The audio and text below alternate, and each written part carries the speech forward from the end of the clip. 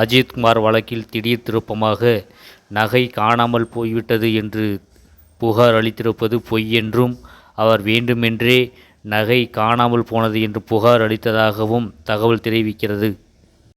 Wheel chair எடுத்து வருவதற்கு 500 ரூபாய் அஜித்குமார் கேட்டதாகவும், அந்த பெண் 100 ரூபாய் தான் கொடுப்பேன் என்றும், இதற்கிடையில் நடந்த சிறிய வாக்குவாதத்தின் அடிப்படையிலே அந்த பெண் அவருக்கு வேண்டியப்பட்டவர்கள் தலைமைச் செயலகத்தில் பெரிய பொறுப்பில் இருப்பதாகவும், அவரின் தலைமைச் செயலகத்திலிருந்து வந்த அழுத்தமே அஜித்குமாரின் இறப்புக்கு காரணம் என்றும் சொல்லப்படுகிறது.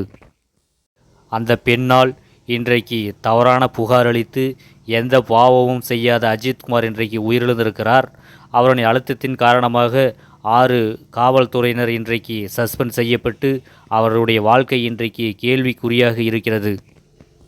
இவ்வளவு பெரிய பிரச்சனைகளுக்கெல்லாம் காரணமான அந்த நிகிதா என்ற பெண்ணை காவல் நிலையம் அழைத்து வந்து பெண் காவலர்கள் மூலம் சிறப்பாக கவனித்து, அவர் உண்மையிலேயே 10 பவுன் நகை காணவில்லையா அல்லது பொய் சொன்னாரா என்பத உண்மையை வாங்க வேண்டும்.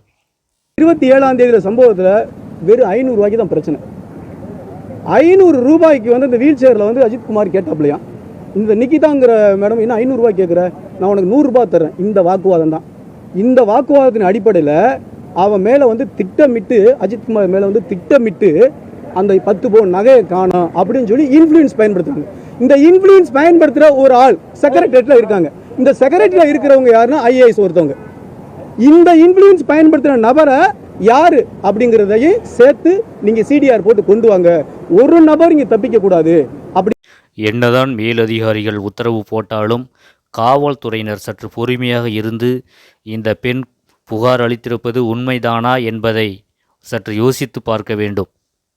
ஏனென்று சொன்னால், இந்த விஷயத்தை பொறுத்தவரை சாதாரண மக்களுக்கு கூட தெரியும், இதிலே பல்வேறு சந்தேகங்கள் இருக்கிறது. எதன் அடிப்படையிலே நான் இந்த கருத்தை சொல்கிறேன் என்று சொன்னால், 10 பவுன் நகை காரிலே இருக்கிறது என்று சொன்னால் அதை பார்க் செய்ய காவலாளியிடம் கொடுக்க மாட்டார்கள் சாவியை. அப்படியே கொடுத்தாலும் அந்த காவலாளியிடம் இந்த பையிலே 10 பவுன் நகை இருக்கிறது, திருப்பி எங்களுக்கு பத்திரமாக தர வேண்டும் என்று அவர்களிடம் சொல்லியிருப்பார்கள். கோவிலுக்கு சாமி தரிசனம் செய்துவிட்டு பின்னர் அந்த பையிலே 10 பவுன் நகை இருக்கிறதா என்பதை பரிசோதனை செய்திருப்பார்கள்.